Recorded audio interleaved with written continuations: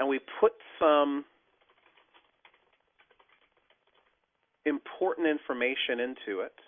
And in fact, maybe we go a step further and we attach a spreadsheet.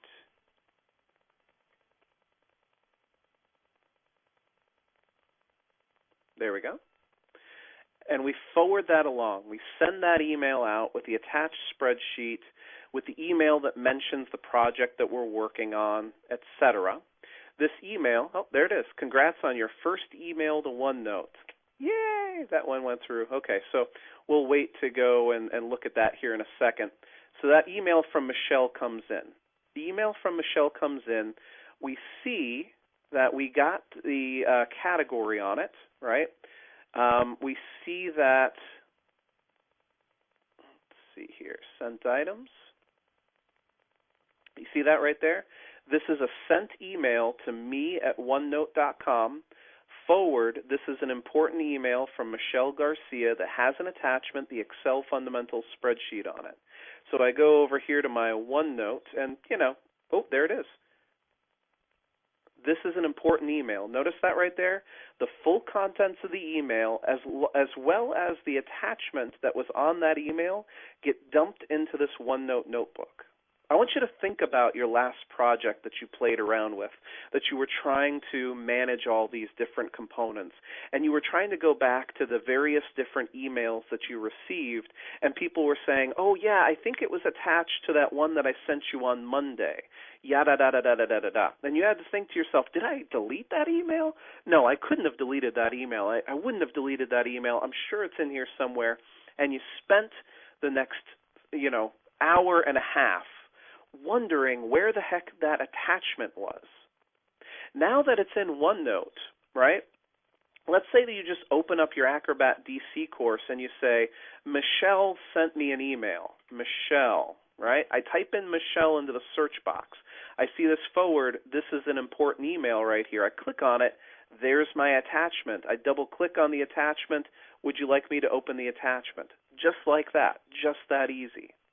So even if all you do with Microsoft OneNote's integration with Outlook is just push a ton of incoming information to OneNote, you've already won. That's a beautiful, beautiful thing. That's really exciting. But there is so much more that we could do with this. So let's keep rolling with this, everybody. Next item up on the list. So we saw here that if I went on my phone and I met David Lynch and Susan Fuller, I could write myself a little note about that. But more than likely, what's really going to happen is when I meet David Lynch or Susan Fuller or whoever the members of the executive team are, they're going to hand me their business card. Everybody, while I'm doing this, I'd like you to look into an app called Office Lens. Office Lens is available for, as you can see there, for the Microsoft platform, for Android, or for iPhone. Those are the first three links right there. So I'm going to pull up, excuse me, my Office Lens app. And what I'm doing with the Office Lens app is I'm taking a picture of a business card. Now, the cool thing about taking a picture of a business card with the Office Lens app is that it auto-detects what is involved in that business card.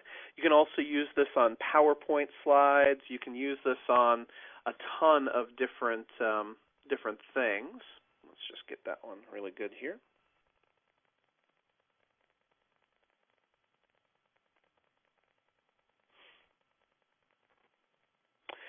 And if you look at something like the link right here, notice you can take a picture of a document, for example, right there, a slide, a business card, whatever it happens to be. And what happens is that Office Lens automatically detects the limits of that document,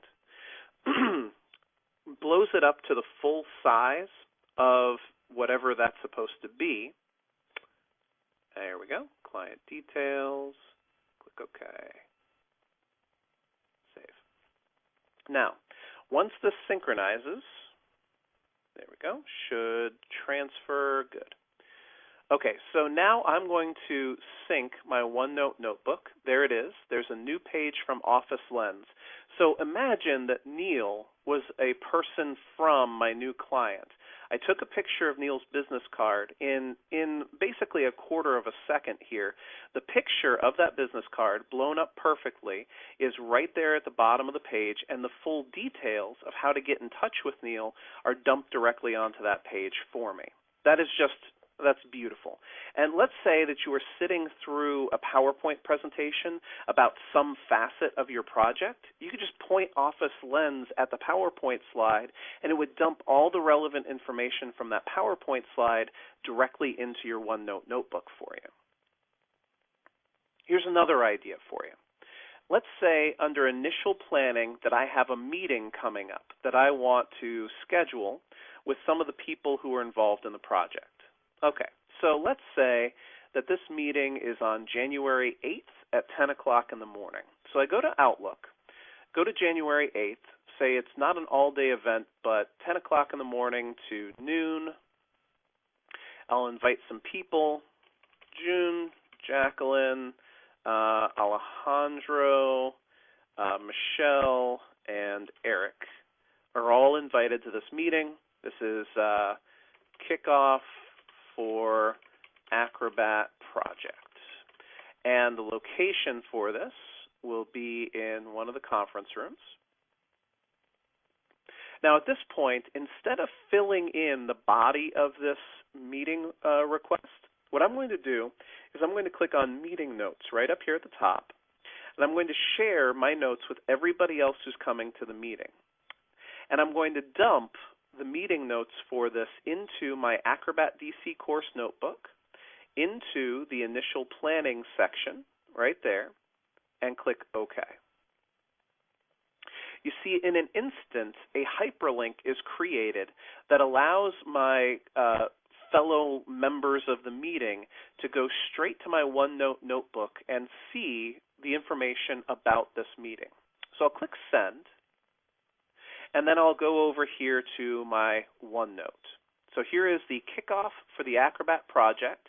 You can see here it immediately puts in the meeting date, the location, the participants, etc. And anybody who is participating, they get this hyperlink right here where they can click on the web link, and they can immediately see as long as they're logged in, you can do it. All right, I'm going to minimize this. Sooner or later, this will load up that whole notebook in the browser there. Okay. Now, why did I really do that? Besides the fact that I could conceivably open this up to everybody else who's going to be at the meeting, the really great thing about this is that as opposed to normal meeting information where it's just all in a block right down here below and it's basically all text, I can make columns here if I want. I can say agenda, for example. And then over here I can say insights. And then over here I can say action items, right?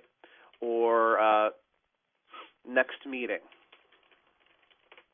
Those sorts of things. And I can highlight this content, I can bold it, I can make it bigger, and I can apply that to